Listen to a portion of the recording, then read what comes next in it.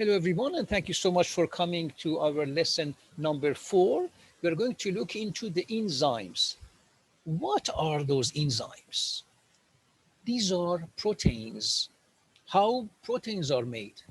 We looked into that in the last lecture. I'm going to, again, repeat that once because it's very interesting. We do have amino acids.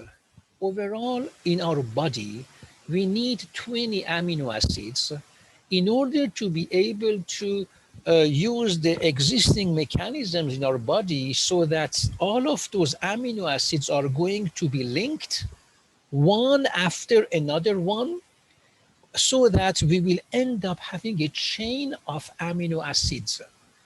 Now, the sequence of the amino acids are also very important because it will give us different types of proteins. So a protein is a chain of amino acid, and we do have a huge number of varieties of proteins made of different sequences of amino acids.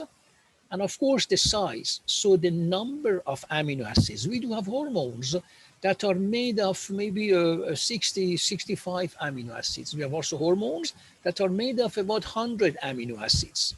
These are both proteins, and they are both working somewhere, again, attaching to some receptors on our body and on our cells, and they are going to provoke some physiological response. So it's important to understand that the sequence of the amino acids are going to decide whether or not a protein is going to be a hair, it's going to be a hormone, or it's going to be an enzyme. What is an enzyme? An enzyme is a chain of amino acids that we call a protein that has a specific configuration as well. What does it mean? It means that a protein may be a line, a linear. So in this case, this is a primary structure. It may have, again, some role like being a hormone.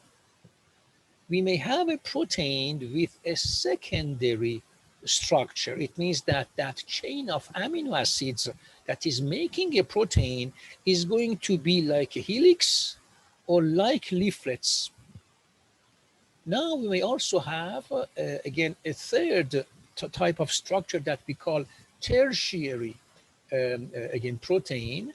In this case, we have a 3D, of course, that's a 3D dimension of that chain of amino acids. Now here we can talk about different receptors that we find on the surface of our cell membranes. We can also talk about enzymes.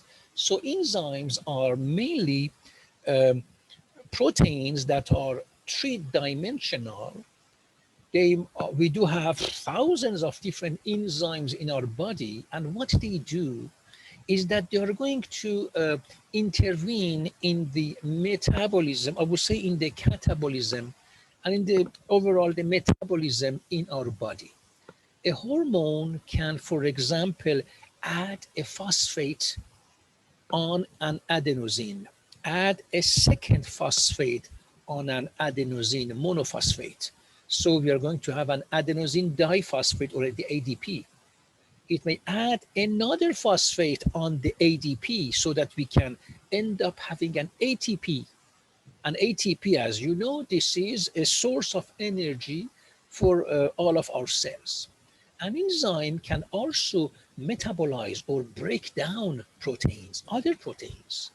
An enzyme can also break down some molecules. For example, when you are eating something, whatever you eat is going to end up passing through your liver, and within your liver, we are going to have hundreds types of different cytochrome P450 enzymes that are going to break down the structure of the drugs, the structure of the toxins, the structure of the food, or anything else. So anything that is happening in our body, if this is breaking down, or if this is for adding different group of atoms to other groups of atoms, this is being done by enzymes. It's very interesting. Now, how those enzymes, they work? They work first by having a structure that is going to recognize a specific molecule. This means that if you are having, for example, 10 molecules, we may need to have few types of hormones because each hormone will have a specific area in its own structure that will recognize because it will match with one of those compounds. Here we talk about an active site. It means that each protein may have an active site that will selectively recognize a specific molecule, and then it will now make some hydrogen bonds with it, or it may make a van der Waals bond with it, so that now the molecule is within the, again, the catalytic site of the hormone, of the protein, and now that protein can now exchange electrons. And by having the exchange of electrons with that substrate, it will now destabilize some bonds in the structure of the substrate or the target molecule. And now we will see the intervention of surrounding molecules that will now approach the substrate. And now we may see, for example, the addition of a phosphate on the substrate. We may see the substrate that is going to be cut into 3 or 4 different molecules. All of these different changes are because of the fact that that substrate or the target molecule is found within the active site of the protein, and that protein is now changing the structure of that compound. That protein that we talked about is an enzyme. Very interesting. So you see, everything is happening in your body because of enzymatic activities. Now let's go over again what we are going to learn today. I'm going to read, of course, sometimes. Sometimes I'm just going to explain. Everything is posted on the website, so please don't hesitate to look into the book chapters related to the topic as well as what is written here. So for every reaction that occurs in our body, an enzyme is involved in the process. Enzymes are highly specific. Only one enzyme will be involved in each stage of the metabolic pathway. This means that if you are, for example, having the compound A with an enzyme, the enzyme will recognize the compound A. It will then maybe changing compound A into compound B by adding a molecule, by removing something from the structure. So from A, we have B. Now we can have a second enzyme that will recognize the compound B in order to change it, convert it to compound C. So we can now have a cascade of all of these different enzymatic reactions so that we will be able to reach the final product that we need in the again in the I would say in the physiology in the cell that we are talking about. So again, I'm talking in general. This is why I don't give you a specific molecule for now. Okay, so now what happens is that now when we are talking about the cascade of enzymes, those cascades may happen in the membrane, in a cell membrane. They may happen in the membrane of mitochondria.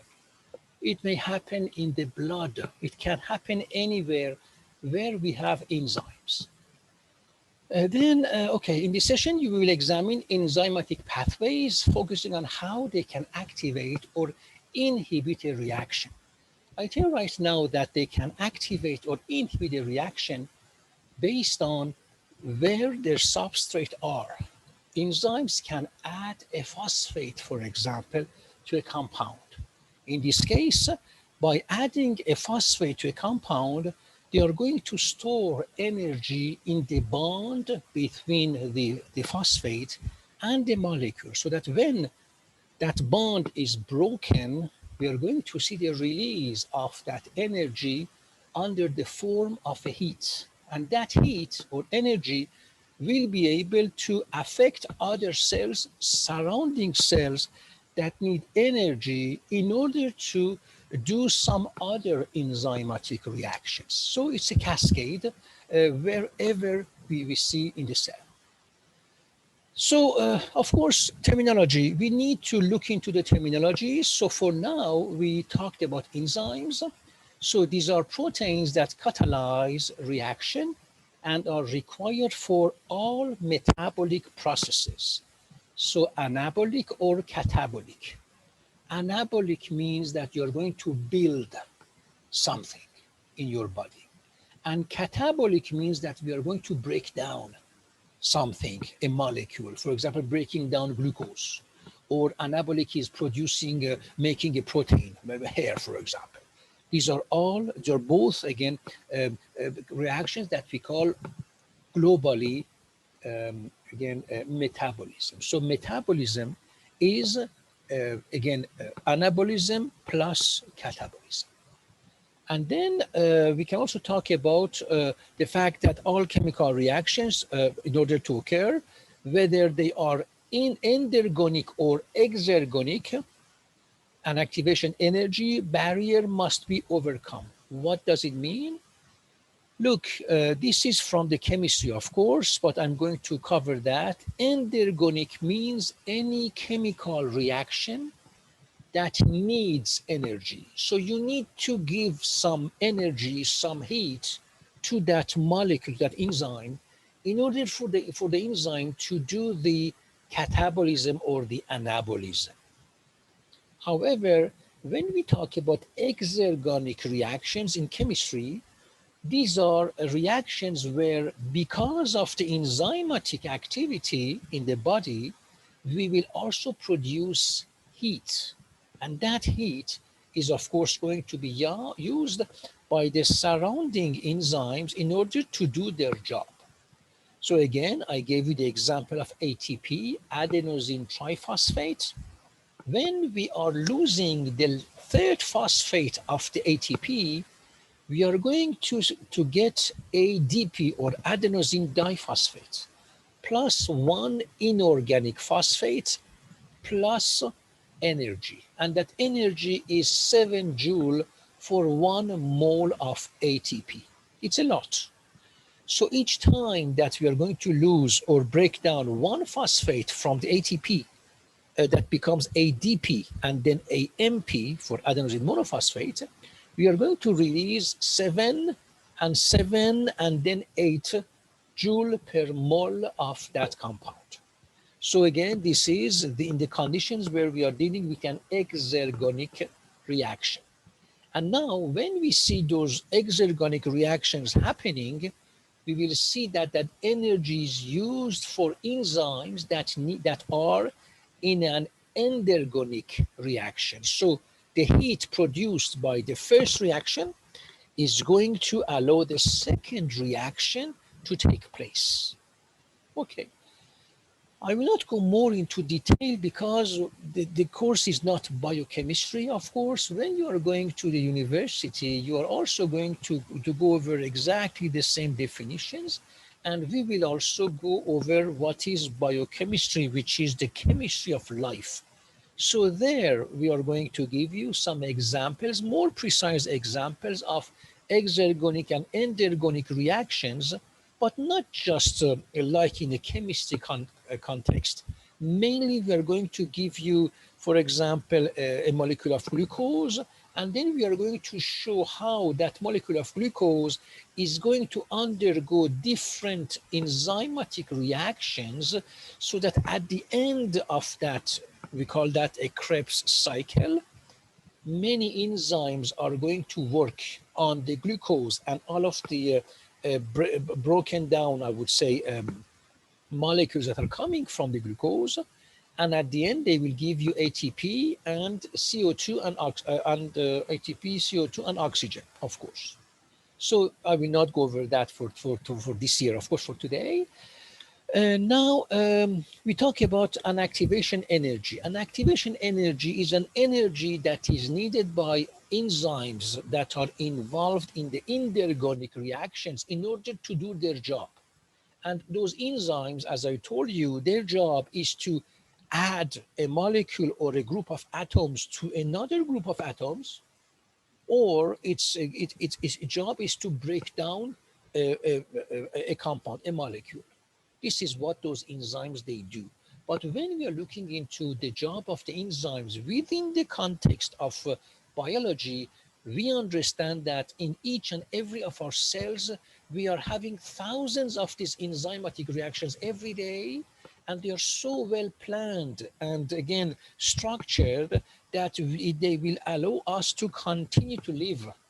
And again, I can tell you every nanosecond counts for these enzymatic reactions to take place in our body so that we will be able to continue to live, my friends. It's very complex, but it's so beautiful. It's the beauty of nature.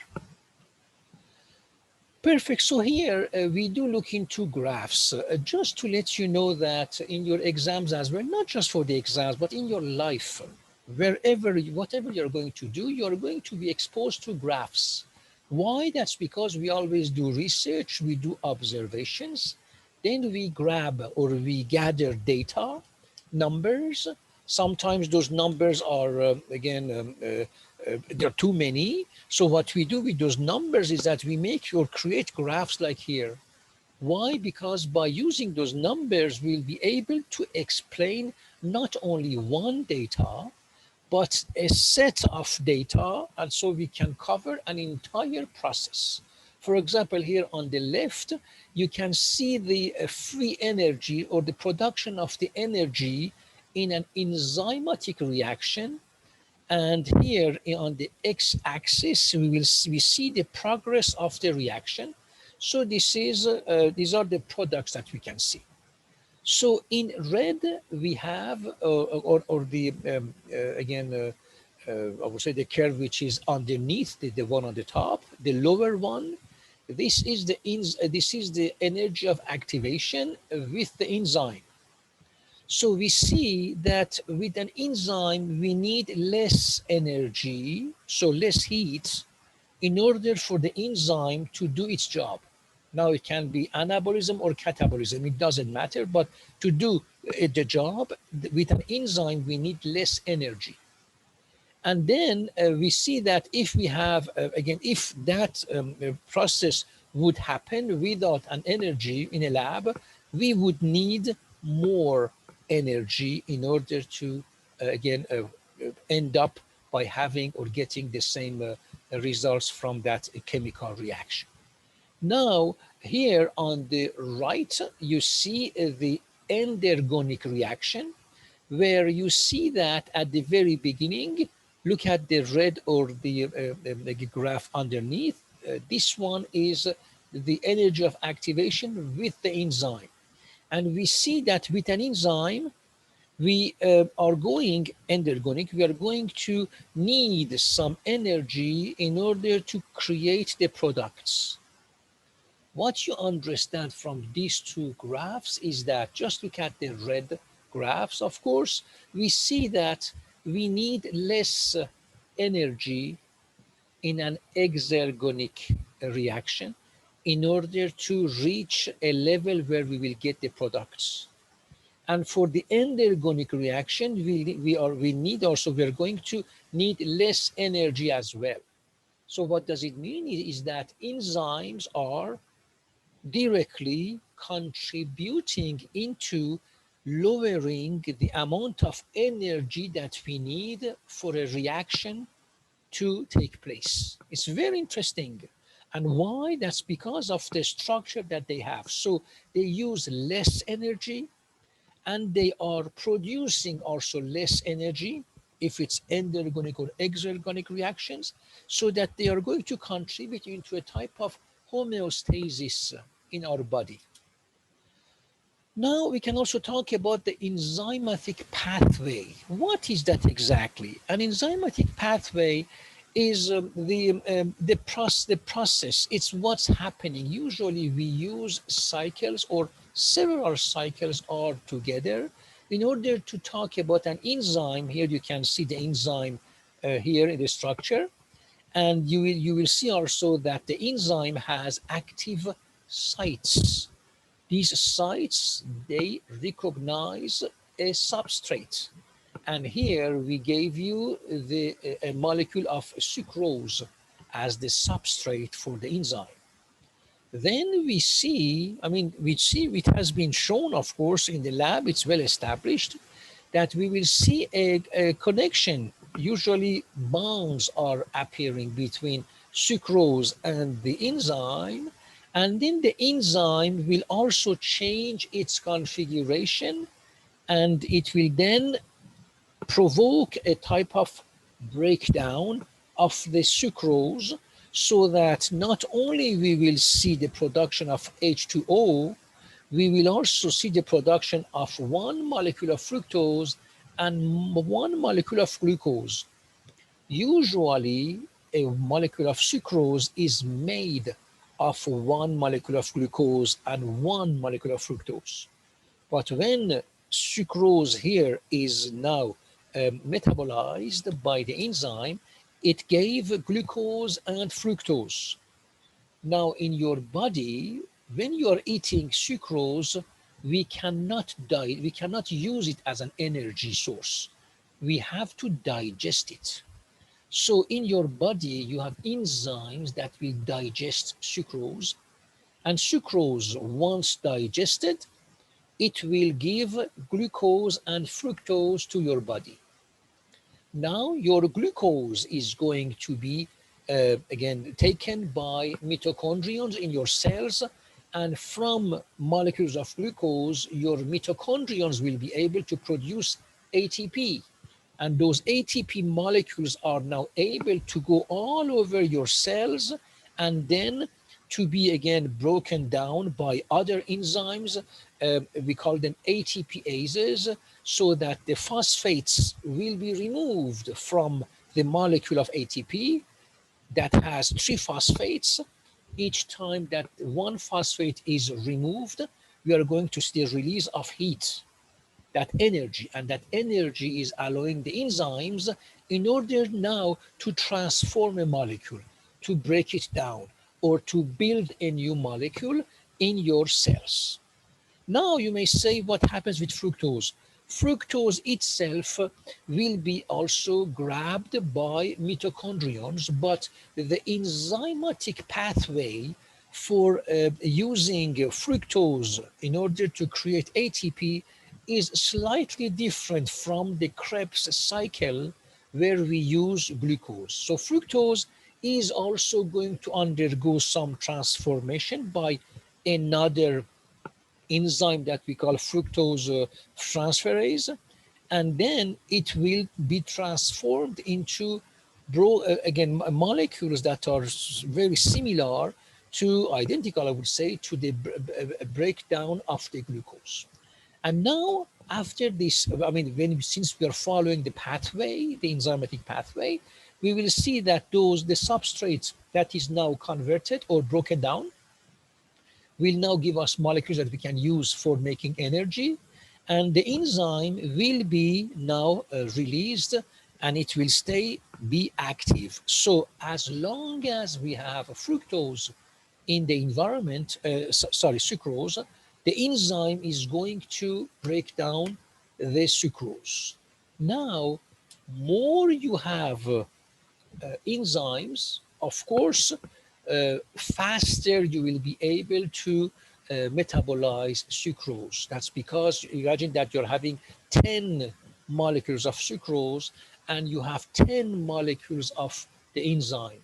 The speed is much faster than in a case where you would have 10 molecules of sucrose, but only one molecule of the enzyme. In this case, it would take 10 times more in order to break down all of the sucrose. So you understand now that it's important that we have a higher number of enzyme molecules in order to have a higher speed.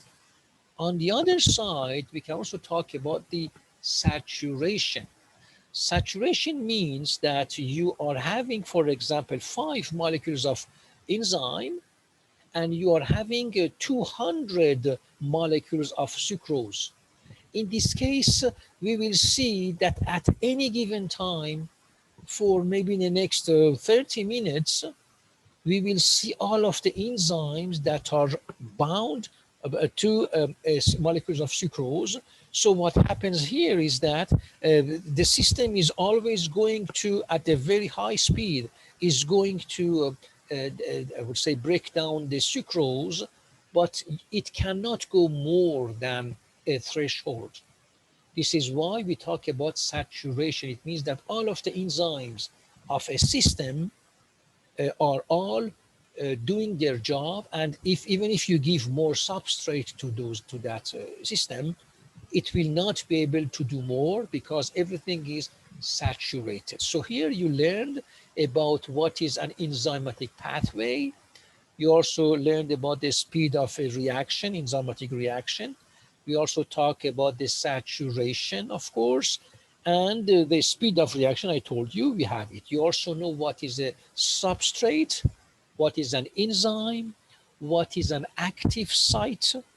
And here we talk about different products that are coming from an enzymatic reaction. Perfect. So this is important that you know all of these terminologies and for the next, of course, for what is coming back. Now, you also have support questions.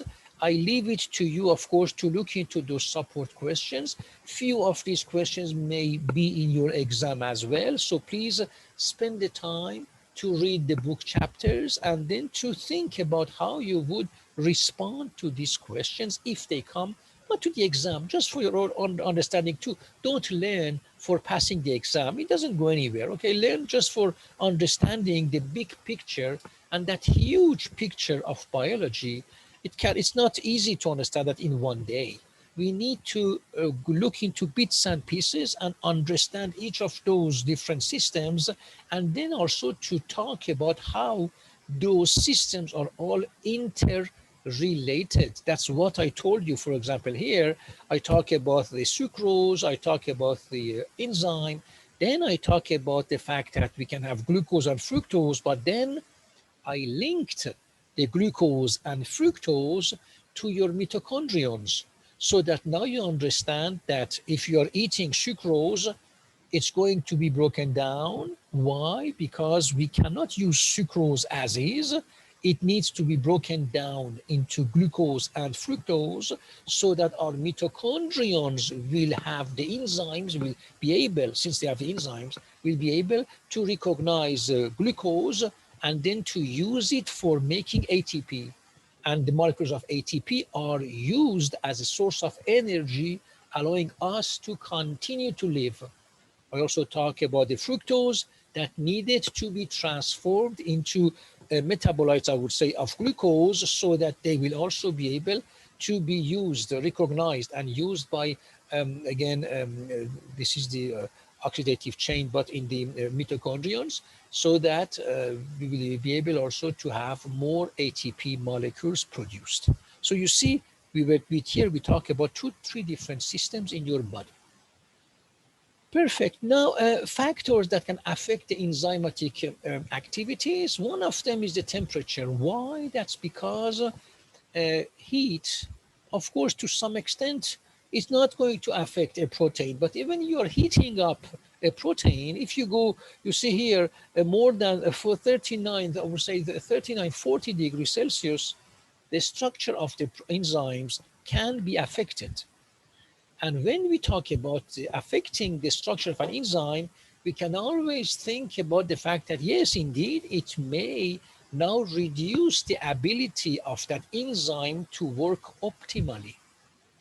I'm sure that you all heard about the fact that if the fever of a patient goes beyond 42, the patient is going to have convulsions, and then it may even end up by, unfortunately, God forbid, but it may end up by dying. That's because those enzymes, when they are now heated, they are going to see their configuration changing. And when we see a configuration of an enzyme that is changed, it's obvious that the enzyme will not be able to work optimally. And this is why at the 42 degrees Celsius, we will see some reactions of the body. And again, those enzymes, you may tell me, okay, but we are making those enzymes. Yes, if we are missing some enzymes, the body is going to produce more enzymes. However, if we are having too much heat, the speed of the production of new enzymes or new molecules is not going to be sufficient to help the person exposed to that excess of heat to survive neither. So we have to find other ways, of course, to reduce the heat, I would say the fever, so that the person is not going to, again, have a damage even for life.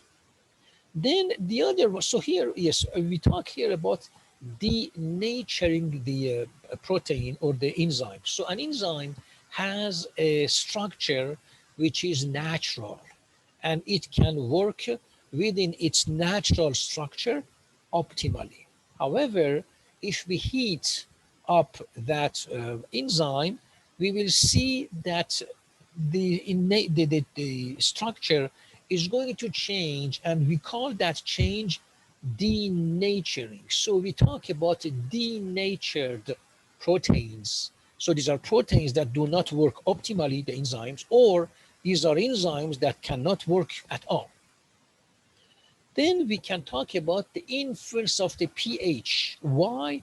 That's because, as you know, lower is the pH, higher is the acidity, and higher number of protons exist in the environment.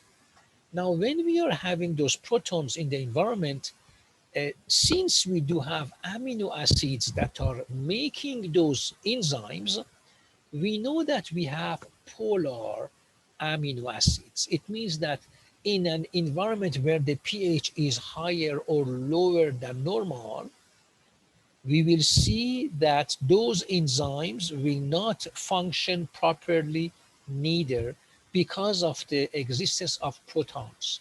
It means that when we are putting those enzymes in an environment where we have too much protons, or maybe not enough, okay, depending on the pH, we will see that the polar amino acids are going to change their charge, and because of the change in the global charge of the enzyme, we will see that the enzyme will not work optimally neither.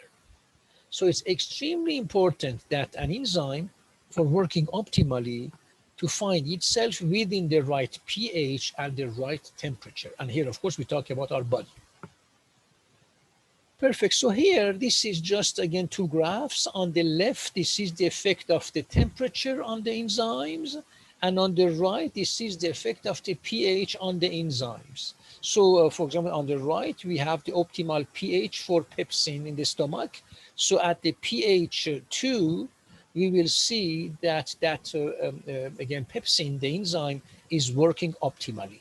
But at pH 4, the enzyme doesn't work anymore. So we need to have a very high number of protons so that the enzyme here called pepsin works. On the other side, we have trypsin. Here, the enzyme is not active at pH 5. It will start to become active at around pH close to 6. It will become active optimally at the pH 8, before, of course, decreasing again its activities on up to pH 10 in the intestine as well. So don't forget, the pepsin is in the stomach, and the trypsin is in the intestine. So you see that those enzymes, if they are outside of the efficacy range of the pH, they may not work. Now, the same thing applies to, I guess, some enzymes. Again, here we talk about the, again, the temperature of enzyme of thermophilic or heat-tolerant bacteria, or those bacteria, for example, at the temperature of about 60, 70 degrees Celsius, they are active. Not, again, at the, I would say after 89, 90, I would say, they are inactive, but even 80 degrees Celsius is huge. It's huge. So you see, 40 is the time when, if we have a fever, for example, we may have some bacteria that, again, they are very tolerant at the, I would say at the 40, where our body starts to have some issues because of the fever. We see that those bacteria are now getting more and more active. Perfect. So here, this graph is showing the effect of enzyme and substrate concentration on enzyme activity. So on the left, you see the rate of reaction that goes up linearly with the enzyme concentration. So more you have molecules of enzyme, more you have, a higher is the speed of the enzymatic reaction. This is normal, we know about this. However, we also talked about the saturation phenomenon. What is that? It's when you are having, again, a high number of substrates, but you have a limited number of enzymes. So now you're going to give all of the substrates, and you're going to see all of the enzymes that are now, again, binding to the substrate, and they are now doing their job. However, the speed of the enzymatic reaction for that system will not go higher than the amount of, or the higher than the number of enzymes that can do their work. So we talk about a saturation. So here you see there is an arrow showing that there's increase. It says that increasing concentration does not affect reaction rate. So the speed of the reaction will not go higher if you are putting more substrate, because you don't have enough enzymes. So we need to have, again, in each system, we have a finite number or limited number of enzymes, and that's why our system is also saturated. Our system for digestion is saturated. Our system, your body, for metabolization is saturated. That's why we talk about overdose, or we talk about toxic doses. That's because even toxins, to some extent, we can metabolize them and we can make them less dangerous to our body. But if we are exposed to too much toxic, we don't have enough enzyme in our liver in order to metabolize all of that amount of the toxics, all, again, that are coming at the same time to the body. So a person is going to be harmed, unfortunately. So you understood about the, you understood what is saturation. That was very important to understand. Now, here we are looking into the enzyme. On the top, we have the active site and we have the substrate. We already talked about those. Now the enzyme can also have another area that we call an allosteric site. An allosteric site doesn't break down anything, doesn't do any enzymatic reaction. An allosteric site is when another molecule is coming and attaching to the allosteric site. It will then activate more the enzyme, or it will inhibit the enzyme. It will stop the enzyme from working optimally. We call that an allosteric site.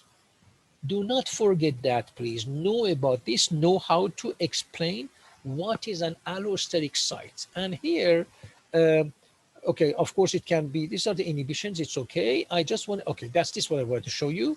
So here, for example, you have an enzyme on the top, you have the active site in the front, and you have the allosteric site on the back of the enzyme. You can see that when we are having an allosteric, allosteric product that will be bound to the enzyme, it will stop the enzyme from being active. In this case, we cannot do anything. We have just to wait so that allosteric substance is going to be degraded. It will leave the enzyme, and then the enzyme starts to become active, or it will just stay there. In this case, it will stay there until the enzyme itself is going to be broken or being again digested, I would say, by other enzymes. That's what happens. But here we can talk about the feedback inhibition, where we have an enzyme that is active, and then the product of another enzymatic pathway in the same cell is producing a molecule that will now indirectly stop the first enzyme. So here you see here you have a cascade of enzymatic reactions where we have enzyme 1, 2, 3, 4, and 5. And what happens is that the product of the transformation of aspartate here, for example, by enzyme 2 will be again modified by enzyme 3. It will give us again molecule A to molecule B. Molecule B is going to be transformed into molecule C, etc., etc. And the last molecule is going to, here we're talking about threonine. This molecule is going to now bind to the allosteric site of enzyme 1. It will then stop I would say the optimal activity of enzyme 1. Here we talk about a feedback inhibition. Again, just learn about this, because in your body we do have so many types of enzymatic reactions like that, the cascades. That's because of an enzyme, when it starts to do its job, it's going to produce, or it's going to maybe catabolize something, but it has to end somewhere. So what happens is that in each of your cells, you will see the procedures for the activation of an enzyme, but you can also find different ways that naturally the same activated enzyme is going to do its job, and then it will be inhibited on the way. So that now there's a way for the nature to activate a procedure and then to stop the procedure. Here we talk about the feedback inhibition. Perfect. So here you can now, it's not an exam here, of course, but let's look into different allosteric regulations. One of them is, again, a molecule that is going to bind to the allosteric site. In this case, the enzyme becomes inactive. Okay, this is just a schema, of course. You can also have the active form, where you can have an activator that is going to stimulate the enzyme so that it will become active. And the other one is an inhibitor that is going to bind to the, again, to allosteric site of the enzyme, and then it's going to stop the enzyme from becoming active for the time that the inhibitor stays on the enzyme, because the inhibitor can also be, again, degraded. It can also be removed by other enzymes.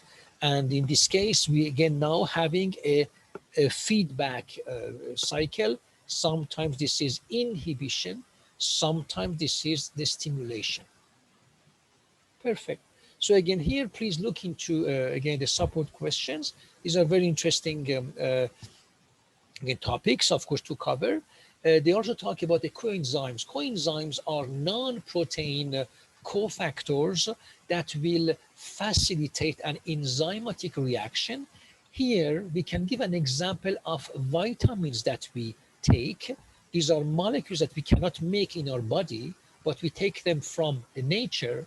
Once we digest those vitamins, they will give us some cofactors or coenzymes that will allow an enzymatic reaction to take place faster with less energies. So I would say becoming more, having more efficacy. This is what happens. Anyways, if you don't have those vitamins, okay, with a normal alimentation or nutrition, you will get those vitamins as well. If we have a lack of a vitamin, in this case, yes, we may have some diseases, and the only thing that we can do is to now start getting those vitamins that are the cofactors for some enzymatic reactions. Again, in some cases, yes, lack of vitamins, they can cause diseases. Don't forget that when you're also taking too much vitamins, they can also become toxic as well.